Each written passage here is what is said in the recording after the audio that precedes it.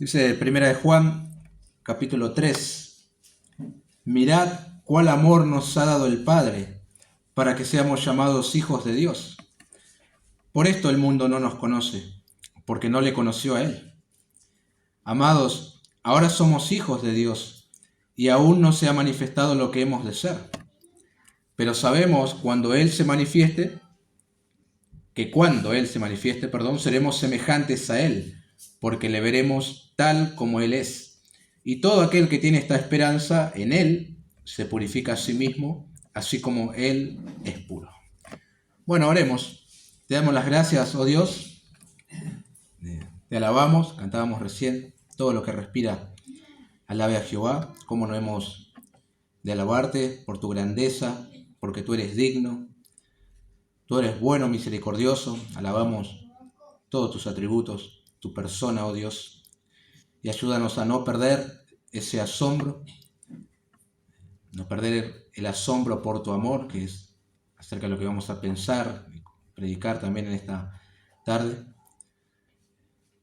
Vivir siempre considerando eso. Si podemos hacer eso, seguramente nuestras vidas serán distintas, nuestra manera de encarar las cosas serán distintas, buscaremos más tu gloria, ¿por qué no? Así que ayúdanos, oh Dios, a no perder el asombro por ti. Tú eres grande, incomparable. La Escritura una y otra vez dice, ¿qué Dios como tú? Sin duda que no hay. Los dioses que los hombres se han inventado son madera, yeso. No tienen poder para salvar, no pueden perdonar los pecados. No tienen misericordia porque son irreales, pero tú eres un Dios vivo, verdadero. Tú gobiernas todas las cosas, oh Dios, y ante ti estamos. Tú nos has dado tu palabra para conocerte más a ti, para que también seamos moldeados a la semejanza de tu Hijo, para que vivamos vidas que te honren y te glorifiquen siguiendo tus preceptos. Gracias, oh Dios, por tu palabra. Y ahora la abrimos siempre con la confianza de que tú nos hablarás. Si tú la utilizas, no volverá vacía en el corazón de cada uno de los que la oyen. Que tu Espíritu la pueda aplicar, alentando a los corazones, trayendo a la fe a los pecadores, exhortando a aquellos que lo necesitan. Tú conoces, oh Dios, lo que necesitamos. Y por eso invocamos tu nombre, pidiendo también tu bendición para este momento. Como siempre, en el nombre de Jesús. Amén.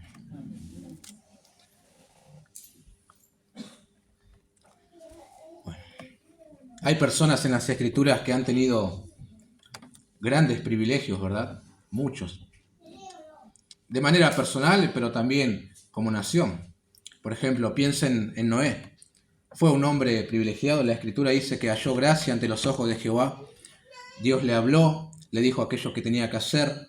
Él lo hizo y en su obediencia fue preservado de ser destruido junto a su familia por el diluvio. Es un hombre privilegiado. Enoc caminó con Dios y fue traspuesto. Dios se lo llevó. Bueno, Elías tuvo el privilegio de viajar en un carro de fuego con caballos de fuego y ser llevado al cielo en un torbellino. Estaría buena esa experiencia, qué impresionante. Qué hombre tan privilegiado. Ambos, Elías con Enoc, tuvieron el privilegio de no experimentar la muerte. Un poco inexplicable para nosotros, pero eso es lo que la Escritura enseña. Israel tuvo el privilegio de ser la nación que Dios escogió para llevar a cabo sus propósitos, para que el Mesías viniera de esa nación. María tuvo el privilegio de ser la mujer que llevó en su vientre al Salvador de los hombres. Qué impresionante eso, ¿no? Qué privilegio. Entre tantas mujeres, a ella se le concedió esa bendición. Bueno, su parienta Elizabeth tuvo el privilegio de concebir a uno de los profetas más grandes, o el más grande según el Señor Jesús, Juan el Bautista, y hacerlo en su vejez. Privilegios. 12 hombres comunes y corrientes tuvieron el privilegio de ser escogidos por Jesús para ser sus discípulos, posteriormente apóstoles de la iglesia, exceptuando uno, sabemos, ¿no? Y otros tantos que fueron privilegiados. Pero pienso que nosotros tenemos un privilegio también de la misma magnitud e incluso mayor que las de algunos que acabo de mencionar. Con nosotros me refiero a los creyentes desde Pentecostés en adelante, o si se quiere, desde que el Señor comenzó su ministerio. Y es el privilegio de ser llamado hijos de Dios. Eso es algo un tanto desconocido para los creyentes del antiguo pacto. Cuando nosotros prestamos atención a las oraciones de estas personas, sobre todo en los salmos, notamos que nunca se dirigían a Dios como Padre. Utilizaban otros títulos. Adonai, el Señor, el Shaddai, el Todopoderoso, Jehová de los ejércitos y otros tantos títulos que se utilizan, pero nunca como Padre. Sin embargo, cuando el Señor enseñó a orar a sus discípulos, le dijo: vosotros pues oraréis así: Padre nuestro. Y los discípulos tomando nota: ¿cómo Padre nuestro? ¿Acaso Dios es nuestro Padre? Nunca nos hemos dirigido a Él. ¿Qué implica esto? También en Lucas 12:32, no temáis, manada pequeña, porque a vuestro Padre le ha placido daros el reino. 12:30, vuestro Padre sabe que tenéis necesidad de estas cosas. Y constantemente el Señor hablaba de su Padre y del Padre de los discípulos también. Muchas veces. A tal punto que en cierta oportunidad sus enemigos, los fariseos, le preguntaron: ¿dónde está tu Padre? Y Jesús le respondió: ni a mí me conocéis, ni a mi Padre. Si a mí me conocieseis, también a mi Padre conoceríais. Luego llega el apóstol Pablo con sus enseñanzas, y él dice en Romanos 8:15, pues no habéis recibido el espíritu de esclavitud para estar otra vez en temor, sino que habéis recibido el espíritu de adopción por el cual clamamos Abba, Padre. Eso implica una relación estrecha con Dios, como cuando un niño va a su padre y le habla. Y siempre Pablo en sus cartas menciona Dios nuestro Padre, Dios nuestro Padre. ¿Sabe que en la antigüedad a los esclavos les estaba prohibido dirigirse a sus amos como padre? Pero ahora los creyentes, por el Espíritu de Dios, hemos sido adoptados como hijos con todos los privilegios que eso conlleva. Esa es la idea de Romanos 8:15. Pablo también, como buen fariseo, él no se dirigía a Dios como su Padre. Pero una vez que tiene ese encuentro transformador con el Señor, él conoce al Señor Jesucristo, nace de nuevo y entiende esa posición, relación que ahora tenemos. Y luego comienza a enseñar. Por eso digo que nosotros tenemos un tremendo privilegio. Nada más y nada menos que ser llamados hijos de Dios. ¿Verdad que los niños presumen: mi padre es policía, mi padre es bombero, mi padre es médico? Y viene el niño creyente: y mi padre es Dios. Y él ganó. Y tiene razón, porque nuestro Padre es Dios. Y esa adopción, esto es muy importante, que el Padre nos hizo, que tenemos nosotros mejor dicho, no tiene sus bases en que, bueno, él se sentía solo y tenía la necesidad de tener una familia, entonces nos adoptó. Tampoco en que había personas mejores que otras y por lo tanto eran dignas de entrar en la familia de Dios, así que Él los adopta. Nada de eso. No es así por lo que recibimos nosotros nuestra adopción. Y eso es algo que nosotros no debemos cuestionar, porque nadie es merecedor de esta adopción, de ser llamado hijo de Dios. No debemos cuestionar, debemos asombrarnos, mejor dicho. Nadie es digno de este privilegio. Si alguien alcanza esa filiación, es solo por pura gracia. Es porque el Padre nos amó. Y en eso somos privilegiados, ¿sí? Y debemos asombrarnos. Y en esta porción, queridos hermanos, hice esta introducción para decirles que Juan se detiene justamente a eso aquí, a asombrarse de ese gran amor. Por eso titulo el mensaje: el amor de Dios y nuestra identidad como hijos de Dios. Otra vez el apóstol hace una pequeña pausa. Él estuvo contrastando a los anticristos con los verdaderos cristianos. Y a partir del versículo 4 va a comenzar a hablar de un tema que a muchos a lo mejor le escapan: el pecado. Pero ahora quiere transmitir a su audiencia ese asombro que le produce el amor de Dios y que trajo como regalo llegar a ser hijos de Dios. Impresionante. Bueno, en primer lugar, prestemos atención al incomparable amor de Dios. La primera parte del versículo 1. Mirad cuál amor nos ha dado el Padre. Eso es todo. La idea detrás de mirar es prestar atención. Contemplen lo que voy a decirle, dice Juan. No solamente así a vuelo de pájaro. deténganse un momento a considerar esto. Como cuando Jesús lloró ante la tumba de su amigo Lázaro y los judíos que le vieron decían, mirad cómo le amaba, con asombro, ¿no? O como cuando resucitó y se mostró a sus discípulos que estaban espantados y él les dijo, mirad mis manos y mis pies, que yo mismo soy. Palpen, experimenten. Es el mismo verbo en el griego que se utiliza en los dos versículos que acabo de mencionar. Y acá viene algo interesante. Mirad cuál amor. Cuál es una palabra que, bueno, para nosotros a lo mejor no tiene mucha importancia, pero en el griego es bastante interesante. Antiguamente, dicen los que saben, se utilizaba para decir de qué país. Luego comenzó a utilizarse de qué clase o de qué tipo. Y como alguien comenta, es como si el amor del Padre fuera tan poco terrenal, tan extraño a este mundo, que el escritor se pregunta de qué país puede haber venido. Fin de la cita. Se utiliza pocas veces en el Nuevo Testamento, solamente 7, y siempre lleva una nota de asombro y admiración. Algunos ejemplos de eso. Mateo 8:27 leemos, y los hombres se maravillaron diciendo, ¿qué hombre es este que aún los vientos y el mar le obedecen? Allí en qué hombre se encuentra esta palabra que Juan utiliza acá para decir mirad. Otro ejemplo, Marcos 13:1, saliendo Jesús del templo le dijo a uno de sus discípulos, maestro, mira qué piedras y qué edificios, asombrado por la arquitectura. La misma palabra. Una más, Lucas 7:39.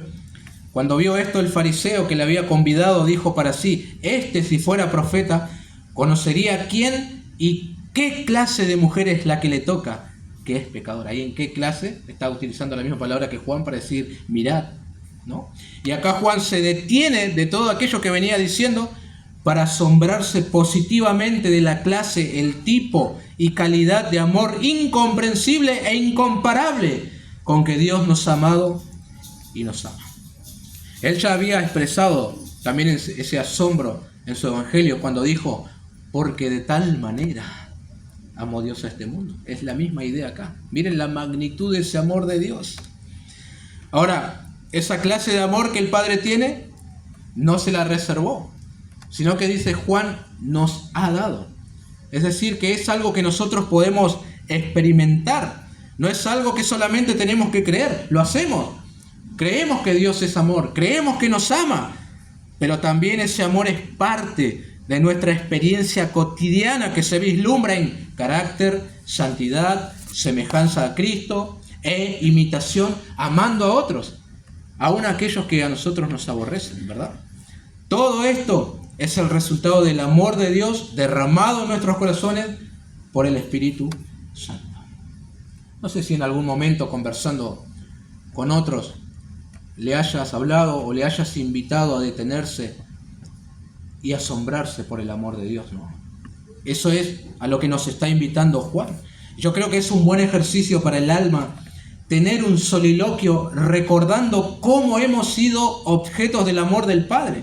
Desde la salvación de nuestras almas, lo más grande, hasta las cosas que a lo mejor puedan resultar insignificantes, todo se debe a que el Padre nos amó y nos ha bendecido, dándonos demasiado para disfrutar. Todo se lo debemos a nuestro Padre Celestial que nos ama. Como decía al comienzo, hermanos, nunca deberíamos perder ese asombro por el amor de Dios, que muchas veces nos sucede y hasta a veces dudamos de eso también. Yo he oído de creyentes pedir a Dios una prueba de amor, y eso me resultó un tanto ofensivo. Porque si hay algo que desborda en nuestras vidas, es amor de Dios.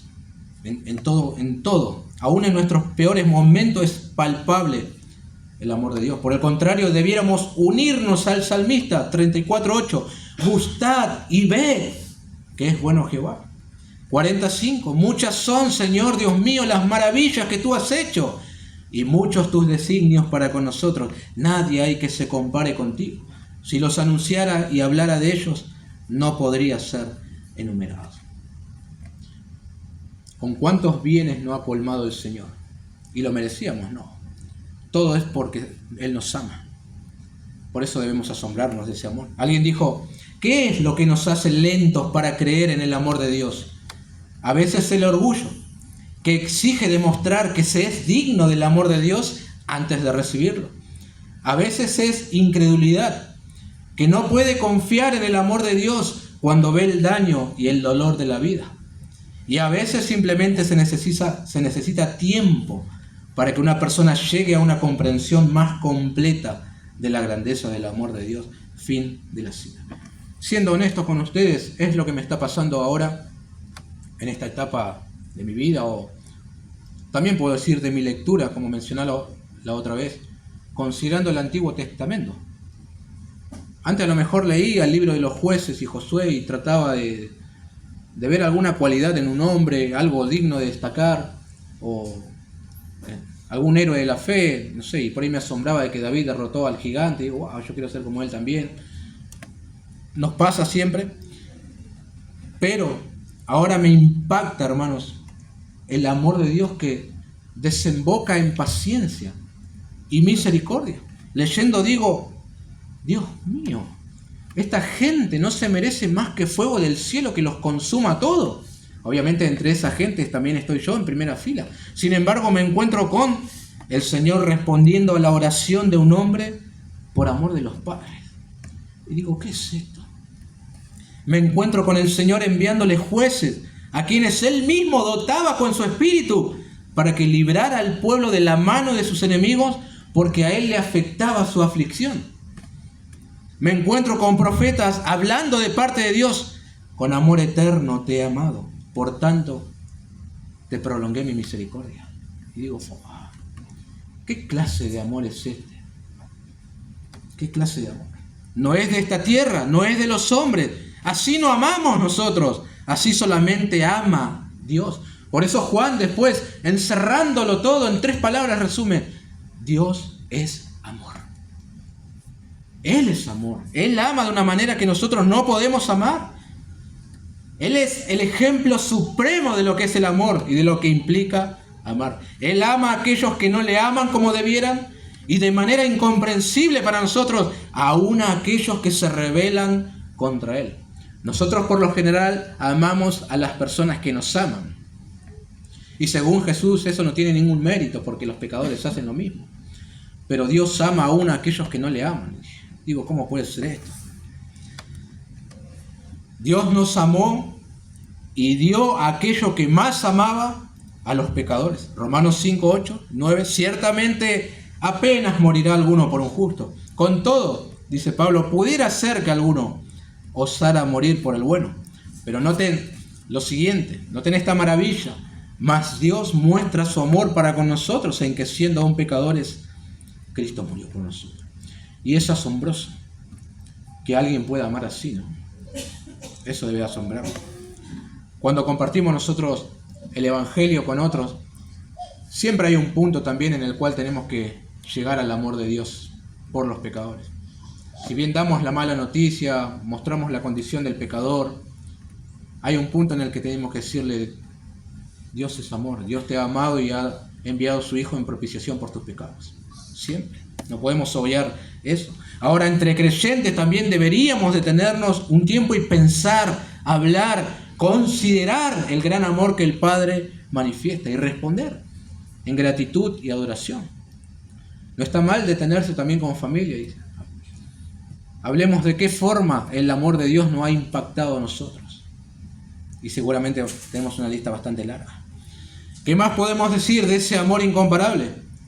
Ese amor abarca tanto, es tan amplio, que brinda seguridad al creyente. Romanos 8:35. ¿Quién nos separará del amor de Cristo? ¿Tribulación o angustia o persecución o hambre o desnudez o peligro o espada? 38 y 39. Por lo cual estoy seguro de que ni la muerte, ni la vida, ni ángeles, ni principados, ni potestades, ni lo presente, ni lo porvenir, ni lo alto, ni lo profundo, ni ninguna otra cosa creada nos podrá separar del amor de Dios que es en Cristo Jesús, Señor nuestro. El amor de Dios es mayor aún mayor que el amor que las madres tienen por sus hijos. Y miren que las madres aman bastante, ¿eh? Y bastante lindo. La Escritura dice, Isaías 49, ¿se olvidará la mujer de lo que dio a luz para dejar de compadecerse del hijo de su vientre? Aunque olvide ella, yo nunca me olvidaré de ti. Y por amor Dios también puede hacer bien a otros, ¿no? Pensaba en esta mañana en que Dios dijo que iba a destruir Sodoma y Gomorra y apareció un hombre a interceder. Y si hay 50 justos ahí, y por amor a los 50 no lo voy a destruir. Y si hay 40, por amor a los 40 no lo voy a destruir. 30, 20, hasta 10. Por amor a otros. Dios puede hacer bien también. La salvación de la que hoy disfrutamos se debe a que Dios nos amó. Tito 3, versos 4 y 5. Pero cuando se manifestó la bondad de Dios, nuestro Salvador, y su amor para con los hombres, nos salvó no por obras de justicia que nosotros hubiéramos hecho, sino por su misericordia. Y Efesios 2, verso 4. Pero Dios, que es rico en misericordia, aquí va, por su gran amor con que nos amó, aun estando nosotros muertos en pecado, nos dio vida juntamente con Cristo. Por eso Juan explota en asombro y no añade nada más. Dice, mirad, presten atención a la clase de amor que el Padre tiene para con nosotros. Asómbrense conmigo también. Y más adelante él va a hablar completamente del amor y amor, como es característico en él. Ahora bien, ese amor fue más allá de la salvación de nuestras almas. Veamos en segundo lugar nuestra identidad como hijos de Dios. Esto es el propósito, la finalidad de ese gran amor. Dice la segunda parte del versículo 1. Para que seamos llamados hijos de Dios. Bueno, el amor de Dios pudo habernos salvado y sin necesidad de llegar a esta filiación que tenemos con el Padre, de ser sus hijos, ¿verdad? Yo pienso que podría habernos salvado y hacernos un jornalero en el cielo, y eso ya estaría bien, sería suficiente si no lo merecemos. Sin embargo, Dios fue más allá, más lejos, y Él mismo salió a recibirnos y nos dijo, bienvenido a mi familia, ahora serás mi hijo, y si hijo, también heredero de todo lo que poseo. Y uno dice, ¿todo? ¿Para mí? ¿Por ser hijo? Sí. Nuestra Reina Valera no lo incluye acá. Pero otras traducciones de la Biblia, después de hijos de Dios, dice, entre signos de admiración, y lo somos. O la Biblia de las Américas dice, y eso somos. Como si Juan se alegrara aquí y asegurara que no es un mero título el que llevamos, no es una teoría, filosofía o algo producto de nuestra imaginación, sino que es una realidad. De verdad somos hijos de Dios. Por eso el énfasis de Juan, y herederos también. Lo que el Padre posee nos ha dado. ¿Pensaron en eso? ¿La herencia del cielo es nuestra? Y no comiencen a pensar en casas o en autos, porque esas cosas son de la tierra, no del cielo. Pero sí pueden pensar en gozo, paz, plenitud de vida, un corazón limpio que ahora puede tener comunión con Dios y disfrutar de Él, el perdón de los pecados, consolación, riquezas espirituales. ¿Alguien se puso a pensar en eso que tenemos por ser hijos de Dios?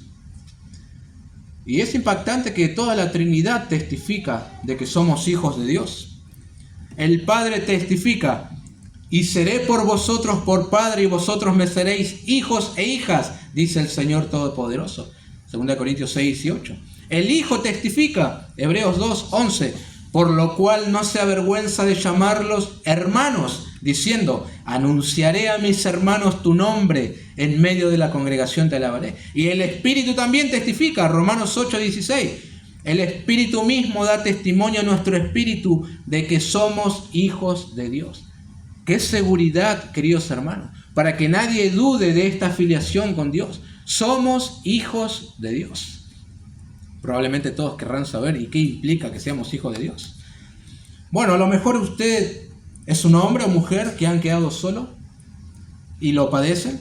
Los padres partieron, los hijos se alejaron. Bueno, no está solo.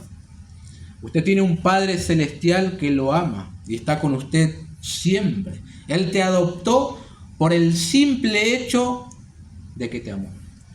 Lo sé. No había nada bueno en ti, tampoco en mí. Y esto es lo asombroso. Él nos amó, nos salvó y nos hizo su familia. ¡Qué maravilloso! ¡Qué privilegio tenemos, como decía al principio! ¡Qué posición tan impresionante! Pensaba en lo complicado que es en algunos países como el nuestro adoptar un hijo, ¿no? Cuánta burocracia, cuántos requisitos, cuánto tiempo hay que esperar para que se dé la adopción. Bueno, en el cielo parece ser todo un poco más ágil, ¿no? Usted es alguien que se alejó del Padre, Él se acerca, te busca, te adopta y te declara hijo suyo. Eso es todo. Y ahora comenzás a disfrutar de eso, de ser hijo de Dios. Sin más. Ahora bien, cuando alguien afirma algo, como lo que está haciendo el apóstol Juan aquí, tiene que haber evidencia también, ¿no? Alguna prueba de que somos hijos de Dios. Juan lo afirma, somos hijos de Dios. Ahora, ¿puede presentar alguna evidencia de eso? Sí. Noten la tercera parte del versículo 1. Por esto el mundo no nos conoce, porque no le conoció a Él. Esa es una de las evidencias de que somos hijos de Dios. El no reconocimiento del mundo que implica rechazo y aborrecimiento. Esto es lo que el Señor dijo en el Evangelio de Juan para que nosotros lo tengamos muy en cuenta. Si el mundo os aborrece, sabed que a mí me ha aborrecido antes que a vosotros. Si fuerais del mundo, el mundo amaría lo suyo. Pero porque no sois del mundo, antes yo os elegí del mundo, por eso el mundo os aborrece. Es decir, estar vinculados con Cristo y ser hijos de Dios implica directamente un rechazo de parte del mundo hacia nosotros. Nos van a aborrecer. Los hijos de Dios van a ser tratados de la misma manera que el Señor fue tratado. El mundo reconoce quiénes son sus hijos y quiénes no. Otra vez observo que el apóstol está dividiendo a la humanidad en dos. Están aquellos que son hijos de Dios y en la otra vereda están aquellos que son hijos del diablo. Y no hay más. No hay una tercera clase de hijos. Así que nadie se sorprenda cuando recibe antagonismo de parte de este sistema. Ahora, esto no quiere decir que todas las personas te tienen que odiar, ¿no? Si eso sucede, probablemente el problema esté en vos y no en las personas. Lo que dice es que el sistema dominado por Satanás te aborrecerá siempre que digas que la verdad es absoluta y que procede de Dios y que todo lo demás es mentira. Cuando reclames que el único camino es Jesucristo, que solo Él es el mediador entre Dios y los hombres, que solo Él es el Señor, entonces el mundo te aborrecerá. Pero si dices, Dios está en todos lados, en cada religión hay algo de Dios, bueno, difícilmente te odien, ¿no? Pero si reclames que solo Cristo puede salvar, solo Él puede perdonar pecados, solo Él es el Señor, lo más probable es que te aborrezca, de alguna u otra manera. Ahora, si el mundo te aplaude, si el mundo se siente cómodo contigo, si el mundo te premia como mejor cantante cristiano, creo que hay un problema allí, ¿verdad? Como vemos a menudo. Probablemente el problema sea en cuanto a quién es tu verdadero Padre. Porque el mundo que no conoce al Padre tampoco debería conocernos a nosotros, ¿no? Esto implica aborrecimiento. Presten atención al versículo 2. Amados, ahora somos hijos de Dios y aún no se ha manifestado lo que hemos de ser. Pero sabemos que cuando Él se manifieste, seremos semejantes a Él porque le veremos tal como Él es. Nuevamente se deja aquí en claro nuestra filiación. Somos hijos de Dios. Hemos comenzado a disfrutar de esa relación. Tenemos riquezas espirituales, acceso al trono de la gracia y mucho más. Sin embargo, dice Juan, esto es solamente un anticipo de lo que seremos cuando el Señor se manifieste, es decir, cuando regrese otra vez. Juan dice que aún no se ha manifestado lo que hemos de ser. Es lo que Pablo dijo en Romanos 8 sobre la manifestación de los hijos de Dios y la libertad gloriosa de los hijos de Dios. Y acá Juan añade algo impresionante también. Seremos semejantes al Señor porque le veremos tal como Él es. Hay algo que me impacta, el hecho de que los primeros creyentes siempre vivían expectantes, ¿no? A la expectativa de que el Señor regresara pronto. No hace mucho el Señor había ascendido y aquí Juan ya está hablando de que cuando Él se manifieste otra vez. Y cuánto más nosotros debiéramos enfocarnos en su segunda venida y pensar. Si bien en el mundo podremos sufrir muchas penurias, el pecado es algo horrible que aún la creación misma gime a una y aún está con dolores de parto hasta ahora, Romanos 8:22. Llegará el momento en el que se manifestará aquello que habremos de ser con todo su esplendor. Pero sobre todo, que le veremos al Señor tal como Él es, siendo semejante a Él. Creo que esto es algo tremendo, ¿no? Si pudiéramos tener la mira en las cosas de arriba, lo de abajo no nos afectaría más de lo que debe, ¿no? Ahora hay algo que tenemos que ser sinceros. Hay muchas cosas que nos están veladas, ¿verdad? No sabemos todo lo que implica que seremos semejante a Él. Y aquella gloria que se ha de manifestar en los hijos de Dios. El Señor, el Espíritu de Dios ha guardado silencio en muchas cosas.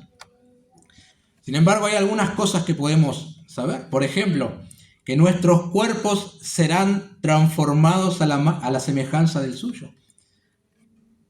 1 Corintios 15:49. Y una de las cosas más grandiosas es que ya no tendremos pecado.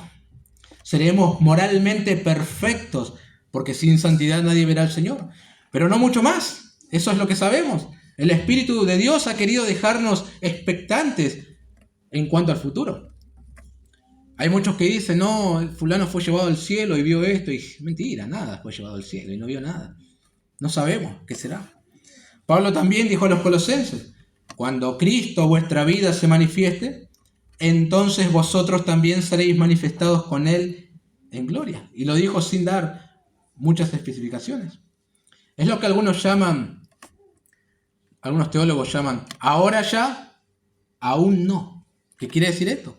Ya somos hijos de Dios, pero aún no se ha manifestado lo que habremos de ser. Y en las Escrituras encontramos, ¿verdad?, en varias oportunidades, ese concepto de ahora ya, aún no. Por ejemplo, un comentarista, Armut Beyer, lo resumió así. Ahora ya somos salvos, pero aún esperamos la salvación perfecta. Romanos 8:23 y Hebreos 1:14. Ahora ya somos hijos de Dios, pero aún no somos como Jesús. Ahora ya somos liberados del pecado, pero aún no estamos sin pecado. Ahora ya tenemos vida eterna, pero aún vivimos en este cuerpo de muerte. Ahora ya tenemos gozo y felicidad, pero aún pecamos, sufrimos y lloramos. Ahora ya somos ciudadanos del cielo, pero aún vivimos en esta tierra esperando en el futuro el nuevo cielo y la nueva tierra. Ahora ya tenemos comunión con Dios, pero aún no cara a cara. El último cumplimiento aún ha de venir. Fin de la cita. Así que, no sé si pudiéramos imaginar aquella gloria que nos espera, ¿no? Es difícil pensar en eso, pero es lo que la Escritura enseña. Sin embargo, nos quedamos con lo que sabemos. El Señor se manifestará pronto, vendrá, nosotros le veremos, seremos semejantes a Él y disfrutaremos en su esplendor ser hijos de Dios. Y otra vez nos unimos con Juan.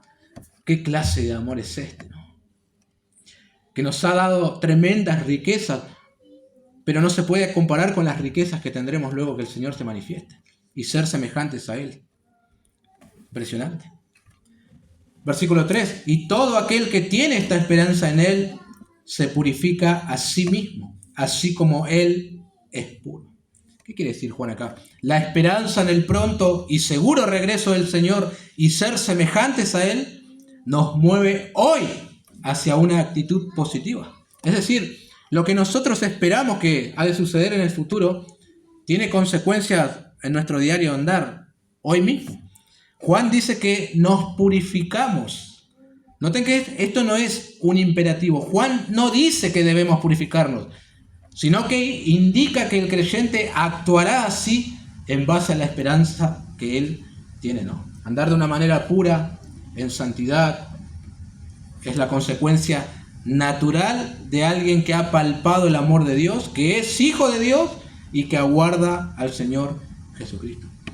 Pienso que difícilmente que un creyente que se encuentra velando y esperando la segunda venida del Señor Jesucristo esté abocado completamente a la inmoralidad, al pecado. ¿Cómo quisiera recibir al Señor en esa condición, verdad? Por eso Juan dice, esto nos purifica. Pensar en que el Señor regresará tiene un efecto en nosotros. Y ese efecto es llevarnos a ser cada vez más como el Señor Jesucristo. Ser santos como Él. Santificación progresiva, podríamos decir. Ahora también debemos aclarar algo. Jamás el apóstol está diciendo que alguien puede purificarse a sí mismo. Eso es imposible. La idea es que el creyente continúe en el estado de pureza al que el Señor lo colocó cuando le dio el nuevo nacimiento. Es una obra que el Señor hace en nosotros, santificarnos, ¿verdad? Constantemente. Comenta el pastor MacArthur aquí. Al pensar en el cielo, los creyentes no deberían preocuparse excesivamente con especulaciones acerca de cómo podría ser flotar en nubes o caminar por calles de oro. En lugar de eso, su enfoque principal debería estar en el profundo significado de ser eternamente conformados a la imagen de Cristo. Cuando fijan la esperanza en su Salvador y Señor absolutamente santo y ansían estar con Él y ser como Él en el futuro, sus vidas se afectan positivamente hacia la justicia en la actualidad. Fin de la cita. Bueno, pienso que las palabras de Juan son bastante alentadoras, ¿no? Pensar solamente en ese futuro glorioso ya nos llena de gozo hoy mismo, ¿no? Pero a la vez son desafiantes. Nos desafía mucho a la examinación personal.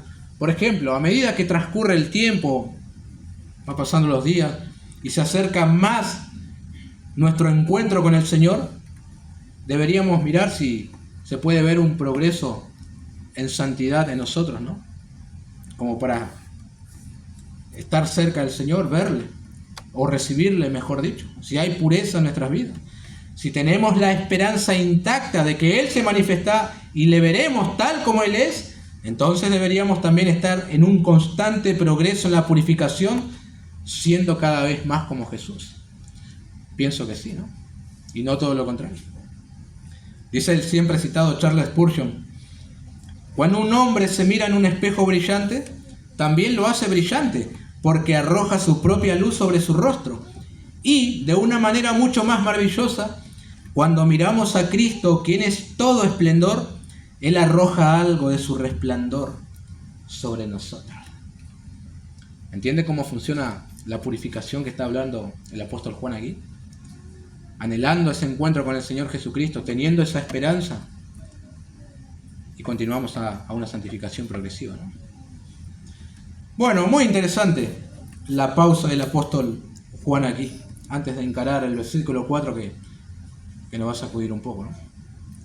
Unas últimas observaciones como aplicación y terminamos, ¿no? Pregunto, ¿podríamos nosotros ponernos a la par del apóstol Juan y unir su asombro por el amor de Dios con nuestro asombro? Acá tenemos a un hombre completamente asombrado por el amor de Dios, a tal punto que presten atención a esta clase de amor. Y nosotros podríamos decir, che, a mí también me impacta el amor de Dios, o no podríamos. Siempre hay algo que amamos y nos asombra, y eso nos mueve. La pregunta que deberíamos hacernos es, ¿lo es el amor de Dios? ¿Eso es lo que nos mueve y nos motiva? Ni nos imaginamos, hermanos, cuánto cambiaría nuestras vidas para bien, para gozo, deleite, si viviéramos asombrados por ese amor. Es imposible que no tenga aplicaciones prácticas para nuestra vida diaria. Yo creo que nuestra manera de encarar las dificultades, las penurias de la vida, las cosas que nos descolocan, serían de otra manera. En lugar de esa queja natural que siempre nos sale en los momentos malos, podríamos reflexionar: Dios me ama, su amor es inmenso, al punto que dio su Hijo por mis pecados. Entonces, esto que me sucede seguramente tiene el propósito de hacerme bien, hacerme semejante a Jesús, o algo bueno seguro, porque Dios es amor. Y aunque lo estoy padeciendo, Él siempre me guiará a un puerto seguro. ¿Cuánto nos olvidamos que Dios nos ama, no? ¿Por qué Dios me manda esto? ¿Por qué paso esto? Debe ser que no me ama, y así dudamos. Y siempre dudamos. Ahora, esto no es una forma de ignorar, una manera de escapar a lo malo que nos sucede. Bueno, estoy pasando algo malo, pienso en el amor de Dios y desaparece por arte de magia. No es así. Sino que debemos enfrentarlo con la perspectiva correcta. Y esa perspectiva es que Dios me ama y está de mi lado. Punto. Eso es todo. Todo lo que Él hace es para nuestro bien, dice la Escritura. Nos ayuda, mejor dicho, a bien. Y es por amor. Deberíamos nosotros, queridos hermanos, filtrar más a través de los lentes del amor de Dios y decir como Juan: mirad cuál amor nos ha dado el Padre para que seamos llamados hijos de Dios. Él nos ama, Él te ama. Otra pregunta que hago: ¿cómo puedes llegar a ser hijo de Dios? Bueno, desde la perspectiva divina, el Padre te adopta y eso es todo. Ahora, aludiendo a tu responsabilidad, llegás a ser hijo de Dios creyendo en Cristo. Juan 1:12, mas a todos los que le recibieron, a los que creen en su nombre, les dio potestad de ser hechos hijos de Dios. Si hoy creyeras en Cristo, en ese mismo instante, sin burocracia de por medio, serás un hijo de Dios y heredero de todas las cosas. Hoy mismo y en este mismo instante. Mientras aguardás el momento que tal filiación explote en su máximo esplendor. Qué maravilloso ser un hijo de Dios, ¿no? Qué maravilloso tener esa esperanza de que un día nos encontraremos con Cristo. Y pensando en esto, viviendo en eso, nos vamos purificando más y siendo más semejante al Señor Jesucristo. Eso tiene que asombrar. Termino otra vez citando al tío Spurgeon. Ahí dice: ustedes, pobres que me aman, ustedes enfermos, desconocidos, anónimos, sin talento, lo he publicado ante el cielo y la tierra y les he hecho saber a los ángeles que ustedes son mis hijos y no me avergüenzo de ustedes. Me glorío en el hecho de que los he tomado por hijos e hijas. Fin de la cita. Pensando Spurgeon, alegrándose, mejor dicho, y cómo Dios presentaba a los ángeles esta filiación que nosotros tenemos en Él, ¿no? Bueno, nada más, hermano, vamos a hablar.